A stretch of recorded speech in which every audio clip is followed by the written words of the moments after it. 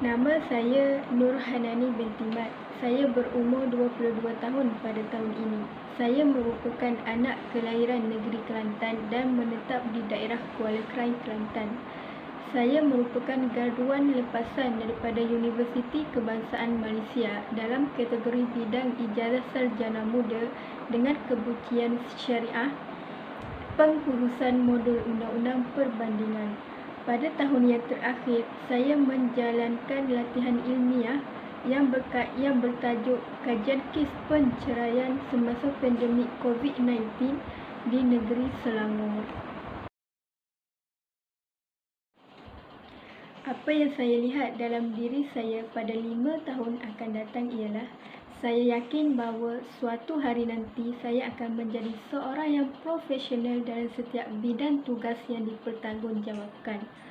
Profesional yang saya maksudkan di sini ialah saya akan menyelesaikan sesuatu tugas dengan kepakaran yang cukup tinggi menepati bidang syariah yang telah saya pelajari semasa di peringkat universiti. Hal ini kerana saya mempunyai impian dan matlamat yang jelas dalam undang-undang perbandingan. Lantaran itu, saya akan memastikan matlamat ini akan tercapai secara sistematik pada 5 tahun akan datang. Kekuatan yang saya miliki ialah saya suka bersikap terbuka dalam menerima pandangan dan pendirian orang lain dalam sesebuah organisasi. Secara peribadinya, pandangan seorang sahaja tidak akan merealisasikan misi dan visi sesebuah syarikat. Hal ini kerana ia memerlukan kepada kerjasama yang utuh dan harmoni untuk mencapai kejayaan itu. Tambahan pula, saya merupakan seorang yang bertindak pantas dalam melakukan sesuatu kerja dan tidak suka menangguh pekerjaan yang diberikan. Namun begitu, saya juga mempunyai kelemahan dalam diri saya, iaitu saya tidak boleh melakukan pelbagai kerja dalam satu masa ataupun dipanggil sebagai multitasking. Jika berada dalam perbincangan, saya tidak akan fokus jika melibatkan multitasking dalam pekerjaan. Tambahan pula, saya kurang mahir dalam menyatakan permasalahan yang berlaku dalam sesebuah organisasi, memandangkan saya lebih cenderung untuk menyelesaikan masalah itu sendiri sebelum meminta bantuan daripada orang lain. Dari sudut ganjaran atau bayaran gaji pula, saya ialah seorang yang optimis dalam perkara ini. Saya tidaklah mengharapkan gaji yang terlalu tinggi kerana saya memahami tahap pencapaian tertinggi gaji bagi jawatan yang saya pohon ini. Bagi saya, permasalahan gaji ini sudah pasti pihak tuan dapat menilai berdasarkan kemahiran saya dan juga mengikut prosedur operasi standard yang telah ditetapkan oleh syarikat tuan. Jika saya diambil bekerja dalam syarikat ini, saya akan memastikan segala pekerjaan yang diberikan akan dilaksanakan dengan baik dan juga teliti. Saya juga akan memastikan imej sebagai seorang wartawan di syarikat televisyen ini dapat dijadikan sebagai pengajaran dan iktibar ataupun dapat dijadikan sebagai tauladan daripada semua lapisan masyarakat.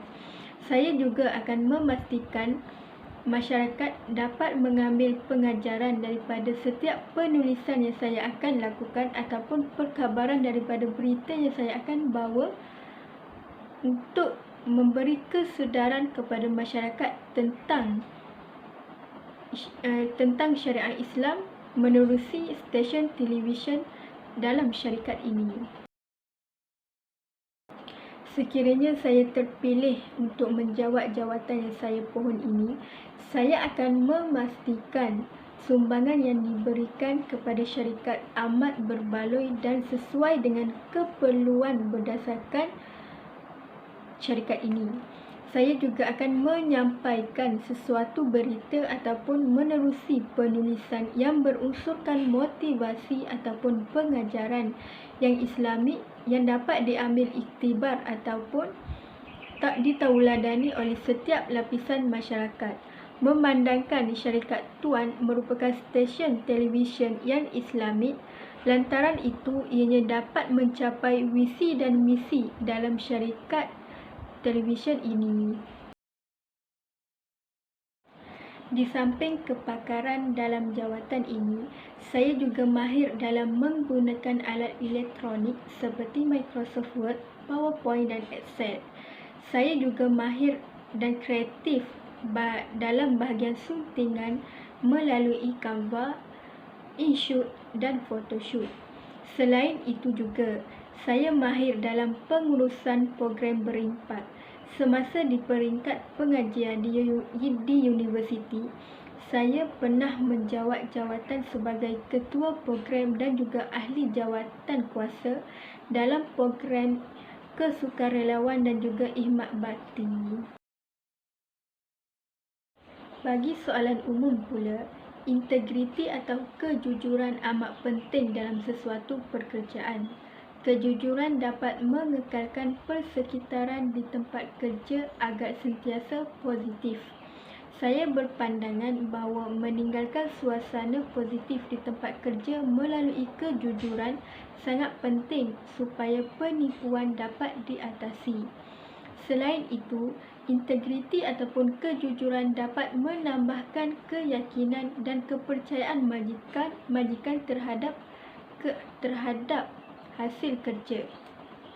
Impaknya akan dapat merasai bukan sahaja oleh syarikat itu, tetapi dapat kepercayaan penuh daripada syarikat-syarikat lain yang ingin bekerjasama dengan syarikat televisyen ini.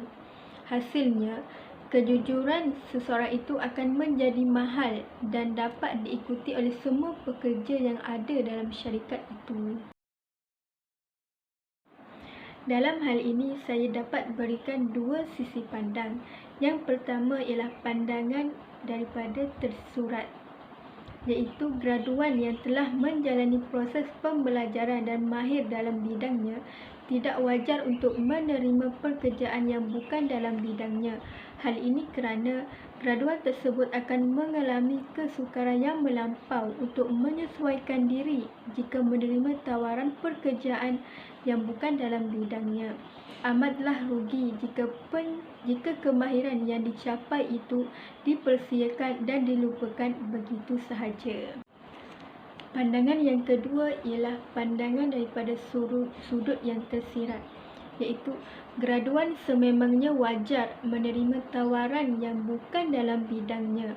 Hal ini kerana menceburi bidang lain semasa bekerja akan menggambarkan diri seseorang itu bersedia menerima apa jua bentuk cabaran dan tidak memilih dalam pekerjaan. Bukan itu sahaja, graduan yang bersikap profesional dalam hal ini akan sentiasa membuat inovasi seperti menggabungkan kemahirannya semasa di peringkat pengajian dan bidang pekerjaan di tempat kerja. Berdasarkan kepada dua pandangan ini, saya lebih cenderung menyatakan bahawa graduan wajar menerima tawaran yang bukan dalam bidangnya. Saya lebih memandang kepada situasi yang tersirat ini. Sekian itu sahaja daripada saya. Terima kasih.